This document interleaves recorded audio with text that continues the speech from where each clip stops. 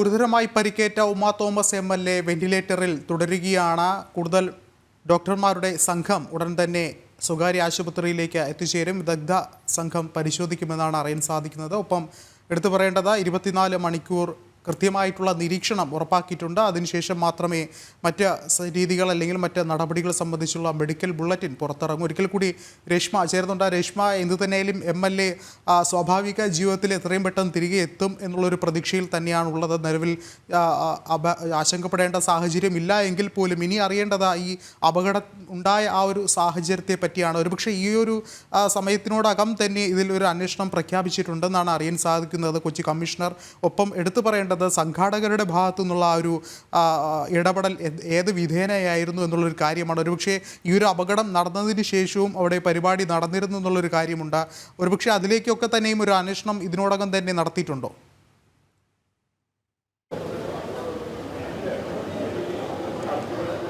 വിഷ്ണു, ഏറ്റവും ഒടുവിൽ ഈ ഘട്ടത്തിൽ പുറത്തുവരുന്ന ഒരു വിവരം മെഡിക്കൽ ബുള്ളറ്റിൻ പുറത്തിറങ്ങി എന്നുള്ളതാണ്. മെഡിക്കൽ ബുള്ളറ്റിൻ അല്പസമയം മുൻപാണ് പുറത്തിറങ്ങിയിട്ടുള്ളത്. അതിൽ പറയുന്നത് ഇപ്രകാരമാണ്: നിലവിൽ തീവ്രപരിചരണ വിഭാഗത്തിലാണ് ഉമാ തോമസ് MLA ചികിത്സയിലുള്ളത്. 24 മണിക്കൂർ നേരത്തെ നിരീക്ഷണത്തിന് ശേഷമേ മറ്റ് കാര്യങ്ങൾ വ്യക്തമാക്കുവാൻ സാധിക്കുകയുള്ളൂ.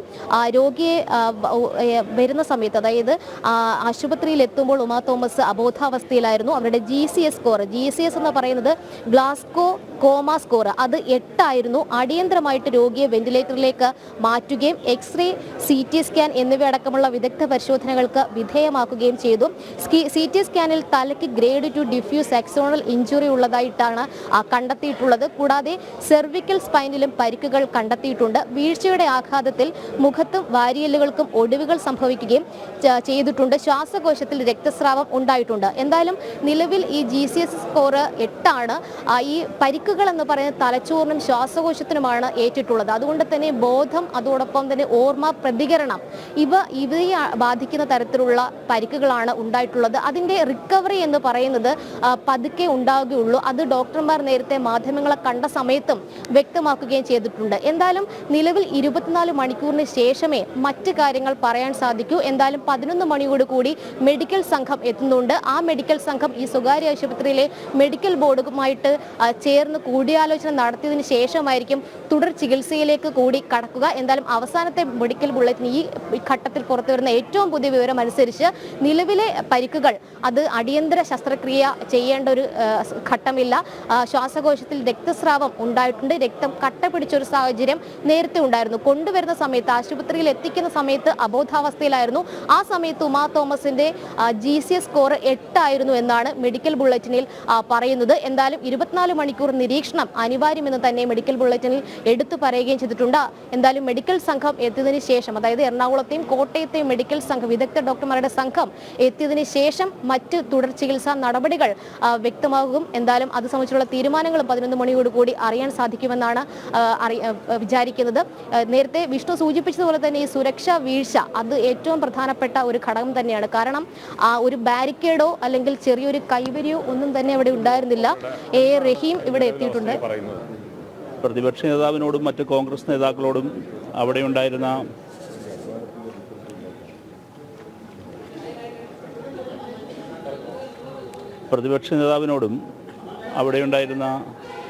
മറ്റ് കോൺഗ്രസ് നേതാക്കളോടും ശ്രീമതി ഉമാ തോമസിൻ്റെ അസുഖവിവരത്തെക്കുറിച്ചും ഇപ്പോഴത്തെ അവസ്ഥയെക്കുറിച്ചും ചോദിച്ചു മനസ്സിലാക്കി. കോൺഗ്രസിൻ്റെ നേതാക്കൾ എല്ലാവരും അവിടെയുണ്ട്. അവരെല്ലാം വളരെ ഡോക്ടർമാരുമായി സംസാരിച്ച് വളരെ കൃത്യമായ അപ്ഡേഷൻ അവർക്ക് ലഭിക്കുന്നുണ്ട്. അപ്പോൾ നമുക്ക് ശുഭകരമായ വാർത്ത തന്നെ വൈകാതെ ലഭിക്കും. കൂടുതൽ ആരോഗ്യനില മെച്ചപ്പെടുന്ന വാർത്ത തന്നെ ലഭിക്കും എന്ന പ്രതീക്ഷയാണ് അവരോടെല്ലാം സംസാരിക്കുമ്പോൾ ഞങ്ങൾക്ക് ലഭിച്ചത്.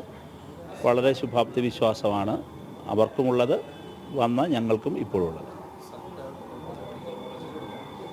അതെ, അതായത് ഇവിടുത്തെ ഡോക്ടർമാർക്ക് പുറമേ തന്നെ വളരെ വിദഗ്ധരായ കോട്ടയം ഗവൺമെൻറ് മെഡിക്കൽ കോളേജിലെ ന്യൂറോ സ്പെഷ്യലിസ്റ്റ്, വ്യത്യസ്ത വിഭാഗങ്ങളിലെ വിവിധ ഡോക്ടർമാരുമായിട്ട് കോർഡിനേറ്റ് ചെയ്തിട്ടുകൊണ്ടാണ് ഇപ്പോഴിവിടെ ചികിത്സ പുരോഗമിക്കുന്നത്.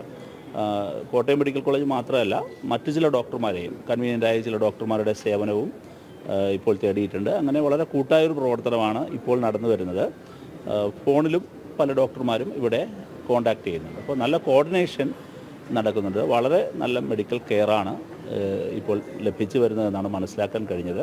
അതുകൊണ്ട് തന്നെ ഡോക്ടർമാരുടെ അഭിപ്രായത്തിൽ നമുക്ക് ശുഭകരമായ വാർത്ത അധികം വൈകാതെ, ഏറ്റവും നല്ല അപകടനില തരണം ചെയ്തു എന്നുള്ള നല്ല വാർത്ത നമുക്ക് അധികം വൈകാതെ കേൾക്കാനാകുമെന്നുള്ള ശുഭാപ്തി വിശ്വാസത്തിലാണ്, പ്രതീക്ഷയിലാണ് എല്ലാവരും. പെട്ടെന്ന് സുഖം പ്രാപിക്കട്ടെ എന്ന് ആത്മാർത്ഥമായി ആഗ്രഹിക്കുന്നു.